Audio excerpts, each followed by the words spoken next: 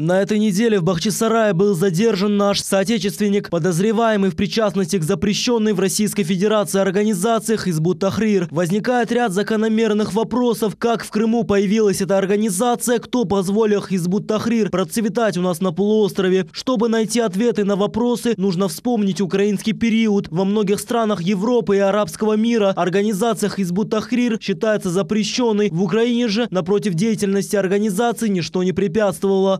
Более того, постоянные митинги с участием радикально настроенных граждан попросту не пресекались со стороны властей. В своей истории Хизбут Тахрир имеет большое количество террористических актов, унесших достаточно много человеческих жизней. В первую очередь мусульман, которые они причислили к неверным. Правда, после известных террористических актов 11 сентября 2001 года хизбут-тахировцы стали декларировать, что они будут добиваться своих целей, то есть свержения неверных правительств в мусульманских странах и строить халифат исключительно мирным путем, посредством пропаганды своих светлых идей. Но вот, например, в марте 2003 года, после начала военной операции в США против режима Саддама Хусейна, Хизбут Тахрир распространил в Крыму, расклеил на заборах и разослал по почте большое количество листовок с объявлением джихада против США и призывами устранять и уничтожать не только тех руководителей мусульман, которые поддерживали военную операцию в США, но и даже тех, которые проявляли молчание. Бесконечные потасовки в мечетях прямо во время джума-намазов, митинги, устрашающие лозунги и черные флаги. Так коротко можно характеризовать организацию Хизбут Тахрир. В 2013